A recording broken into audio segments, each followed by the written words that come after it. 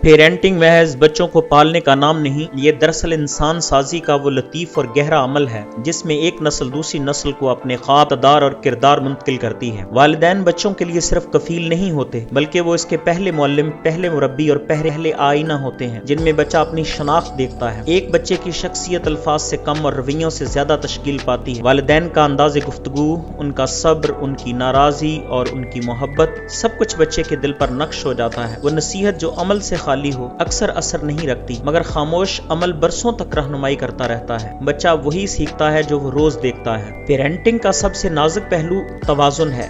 محبت اور نظم، آزادی اور رہنمائی، نرمی اور حدود کے درمیان توازن۔ حد سے زیادہ سختی دلوں کو توڑ دیتی ہے اور حد سے زیادہ نرمی کردار کو کمزور کر دیتی ہے۔ کامیاب والدین وہ ہوتے ہیں جو بچوں کو خوف سے نہیں بلکہ اعتماد سے جوڑتے ہیں، جن کے سامنے بچہ غلطی تسلیم کرنے سے نہ گھبرائے۔ آج کے دور میں والدین کے سامنے سب سے بڑا چیلنج وقت کی کمی ہے۔ اسکرینیں بڑھ گئی ہیں اور گفتگو کم ہو گئی ہے۔ حالانکہ بچے کو کھلونوں سے زیادہ توجہ اور آسائشوں سے زیادہ احساس تحفظ کی ضرورت ہوتی ہے۔ چند لمحے خلوص کے ساتھ گزارے جائیں تو وہ گھنٹوں کی غیر حاضری کی کمی پوری کر سکتے ہیں۔ پیرنٹنگ ہمیں یہ بھی سکھاتی ہے کہ بچہ ہمارا عکس نہیں بلکہ ایک امانت ہے۔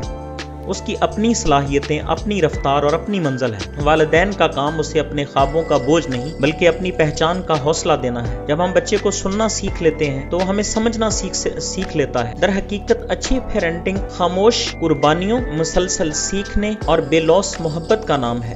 یہ ایسا سفر ہے جس میں والدین بچے کی پرورش کرتے کرتے خود بھی بہتر انسان بن جاتے ہیں، اور شاید یہی پیرنٹنگ کا سب سے خوبصورت پہلو ہے کہ یہ صرف بچوں کی نہیں، والدین کی بھی تربیت کرتی ہے۔ اولاد کی بہتر تربیت کے لیے والدین کا چائلڈ سائیکالوجی سے واقف ہونا نہایت ضروری ہے، کیونکہ بچے جسمانی طور پر نہیں بلکہ ذہنی، جذباتی اور نفسیاتی طور پر بھی نشو و نما پاتے ہیں۔ جب والدین بچے کے ذہن کو سمجھ لیتے ہیں تو ان کا رویہ تربیت کے بجائے کنٹرول نہیں بلکہ رہنمائی بن جاتا ہے۔ اس میں ہم 5-6 پوائنٹس کو ڈسکس کرتے ہیں کہ وہ کیا کیا چیزیں ہیں جن کے بارے میں والدین کو ضروری ہے کہ وہ بچے کی سائیکالوجی سے واقف ہوں۔ اس میں پہلی بات تو یہ ہے کہ ہر بچہ فطری طور پر مختلف ہوتا ہے۔ والدین کو یہ سمجھنے کی ضرورت ہے کہ ہر بچہ ایک جیسا نہیں ہوتا۔ کوئی بچہ حساس ہوتا ہے، کوئی شرمیلا، کوئی ضدی اور کوئی بے حد متجسس۔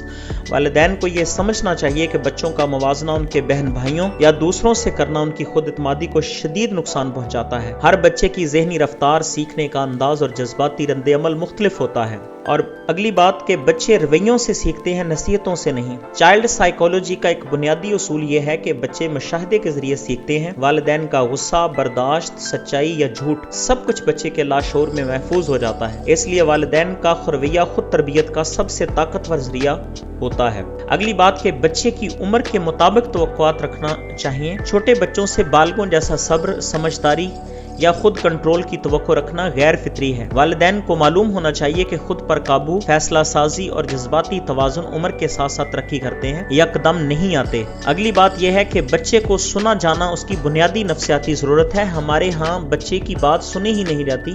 ہمارے کلچر کی اکثریت یہ کرتی ہے کہ بچے کے اوپر اپنی من مرضی، اپنے فیصلوں کو ٹھونسنے کی کوشش کرتے ہیں۔ جب بچہ محسوس کرتا ہے کہ اس کی بات سنی جا رہی ہے تو اس کے اندر اعتماد پیدا ہوتا ہے۔ بار بار نظر انداز کیے جانے سے بچہ ضدی، خاموش یا باغی ہو سکتا ہے۔ والدین کو چاہیے کہ وہ بچے کی بات بیچ میں کاٹے بغیر سنیں، چاہے وہ بات معمولی ہی کیوں نہ ہو۔ اگلی بات یہ ہے کہ والدین کو چاہیے کہ تعریف اور حوصلہ افزائی شخصیت بناتی ہے، تو بچے کی تعریف بھی کریں اور اس کی حوصلہ افزائی بھی کریں۔ چائلڈ سائیکالوجی کے مطابق مثبت رویہ بچے کی ذہنی نشو و نما میں کلیدی کردار ادا کرتا ہے۔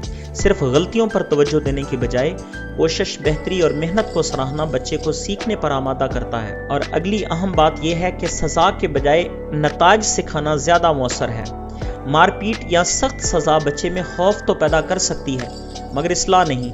نفسیات کہتی ہے کہ بچے کو اس کے عمل کے فطری نتائج سمجھانا زیادہ دیر پا اثر رکھتا ہے۔ اس سے بچے میں سینس آف رسپانسبلٹی پیدا ہوتی ہے۔ بچے کے ایموشنز کو سمجھنا کہ وہ حقیقی ہوتے ہیں۔ بچے کے غصے، خوف یا اداسی کو یہ کہہ کر رد کر دینا کہ یہ کوئی بات نہیں، اس کے احساسات کو مجروح کرتا ہے۔ والدین کو بچے کے جذبات کو تسلیم کرنا چاہیے، پھر اسے مناسب رد عمل سکھانا چاہیے۔ اگلی اور آخری مؤثر بات یہ ہے کہ لگاؤ، اٹیچمنٹ بچے کی شخصیت کی بنیاد بناتا ہے۔ محفوظ جذباتی تعلق بچے کو پر اعتماد، متوازن اور سماجی اور سوشل بناتا ہے۔ والدین کی توجہ، وقت اور قربت بچے کے ذہنی استحکام کے لیے بنیادی ضرورت ہے، نہ کہ عیاشی۔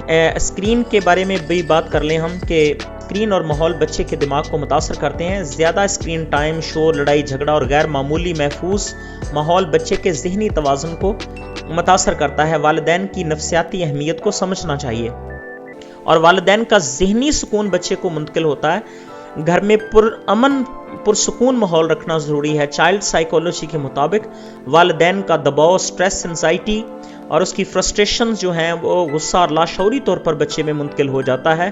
اس لیے اپنی ذہنی صحت کا خیال رکھنا بھی اچھی پیرنٹنگ کا ایک بہت بڑا حصہ ہے۔ اولاد کی تربیت والدین کی سب سے بڑی ذمہ داری اور ایک عظیم امانت ہے۔ بچے محض ہمارے گھر کا حصہ نہیں ہوتے بلکہ وہ مستقبل کے معمار ہوتے ہیں۔ ایک صالح، با کردار اور متوازن شخصیت کی تشکیل کسی ایک نصیحت یا وقتی کوشش سے ممکن نہیں ہوتی بلکہ یہ ایک مسلسل شعوری اور محبت بھرا عمل ہے۔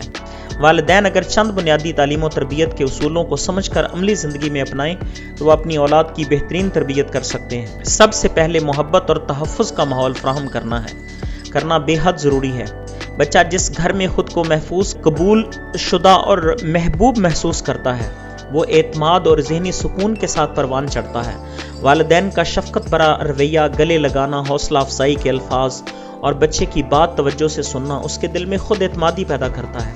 سختی اور مار پیٹ وقتی فرما برداری تو پیدا کر سکتی ہے مگر شخصیت کو نقصان پہنچاتی ہے۔ دوسرا اہم اصول عملی نمونہ ہے۔ بچے وہ نہیں بنتے جو ہم انہیں کہتے ہیں بلکہ وہ بنتے ہیں جو ہم خود ہوتے ہیں۔ والدین کا سچ بولنا، وعدے پورے کرنا، بڑوں کا احترام کرنا، چھوٹوں سے شفقت کرنا اور اختلاف میں بھی شائستگی اختیار کرنا بچوں کے لیے خاموش مگر گہرا سبق ہوتا ہے۔ گھریلو ماحول میں دیانت، نظم و ضبط اور تحمل نظر آئے تو یہی اوصاف بچے کے کردار کا حصہ بن جاتے ہیں۔ بچوں کو بچپن ہی سے اللہ پر بھروسہ، سچائی، امانت داری اور حلال و حرام کا شعور دینا ضروری ہے۔ یہ تعلیم زبردستی نہیں بلکہ محبت اور حکمت سے دی جانی چاہیے۔ نماز، دعا اور شکر گزاری کو روزمرہ زندگی کا فطری حصہ بنایا جائے تاکہ دین ایک بوجھ نہیں بلکہ سہارا بنے۔ والدین کو چاہیے کہ وہ بچوں کے سوالات سے گھبرائیں نہیں بلکہ انہیں سوچنے اور اظہار کی آزادی دیں۔ بچوں کی بات کاٹنے یا فوری رد کرنے کے بجائے تحمل سے سنیں۔ اس سے بچہ خود کو اہم محسوس کرتا ہے اور سچ بولنے کی عادت ڈالتا ہے۔ مکالمہ بچے کو تنقیدی سوچ، مسئلہ حل کرنے اور درست فیصلہ کرنے میں مدد دیتا ہے۔ اچھی تربیت کا مطلب مکمل آزادی ہرگز نہیں بلکہ واضح اور منصفانہ حدود کا تعین ہے۔ بچے کو معلوم ہونا چاہیے کہ کیا درست ہے اور کیا غلط، اور ہر عمل کا نتیجہ کیا ہوگا۔ سزا کے بجائے نتائج کی وضاحت زیادہ مؤثر ہوتی ہے۔ مستقل مزاجی بہت ضروری ہے تاکہ بچہ الجھن کا شکار نہ ہو۔ گھر میں کتابوں، سوالات اور سیکھنے کی قدر ہوگی تو بچہ علم دوست بنے گا۔ والدین کو نمبروں کے بجائے سیکھنے کے عمل پر توجہ دینی چاہیے۔ ہر بچے کی صلاحیت مختلف ہوتی ہے، اس لیے موازنہ کرنے کے بجائے اس کی انفرادی خوبیوں کو پہچانا جائے۔ بچے کو اپنے جذبات پہچاننے، بیان کرنے اور سنبھالنے کی تربیت دینا آج کے دور میں نہایت اہم ہے۔ غصہ، اداسی یا ناکامی کو دبانے کی بجائے صحت مند طریقے سے نمٹنا سکھایا جائے۔ اس سے بچہ ذہنی طور پر مضبوط بنتا ہے۔ والدین کی دعا اولاد کے لیے سب سے بڑی طاقت ہے۔ تربیت میں غلطیاں بھی ہو گئیں، ناکامیاں بھی آئی ہوں گی مگر صبر، حکمت اور مسلسل کوشش سے نتائج ضرور سامنے آتے ہیں۔ بہترین تربیت کسی کامل فارمولے کا نام نہیں بلکہ محبت، شعور اور ذمہ داری کے امتزاج سے وجود میں آتی ہے۔ جب والدین خود بہتر انسان بننے کی کوشش کرتے ہیں تو ان کی اولاد خود بخود بہتر ہونے لگتی ہے۔